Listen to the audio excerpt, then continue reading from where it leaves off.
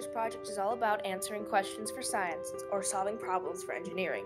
Depending on which route you take, you will either conduct an experiment addressing the testable question or design something that solves a problem that you define. In other words, you are, in a sense, the scientist or engineer, just without the credentials. Are you an innovative thinker? Perhaps you need a little explanation on what it actually means before you answer that question. Well, here are just a few traits that might describe an innovative thinker.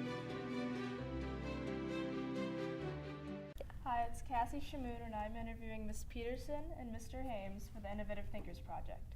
So, how would you explain the word innovative? Somebody who's continually curious, who accepts failures and mistakes in stride. And can work with others. Definitely. And above all, somebody who is creative and knows how to think and not just what to think.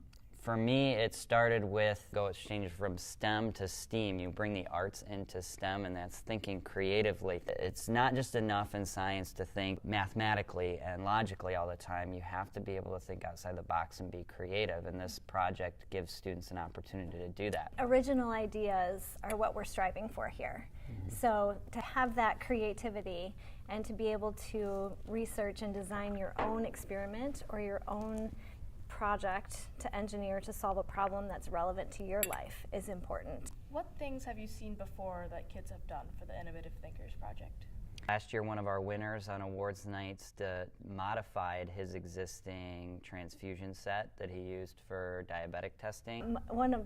I love chocolate chip cookies, and I bake them all the time at my house. So last year, a few of the students altered the recipe and figured out how the different ingredients in chocolate chip cookies interacted when a chemical process happened in the oven.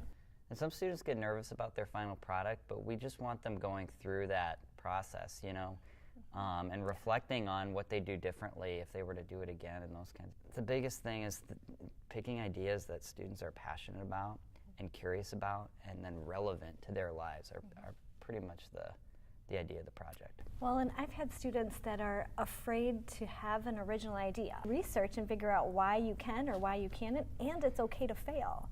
So their ideas could be anything. So if somebody was to start or keep going on the Innovative Thinkers, what guidelines or tips would you give them? I would say make sure, first of all, that you do your background research. Go through the process.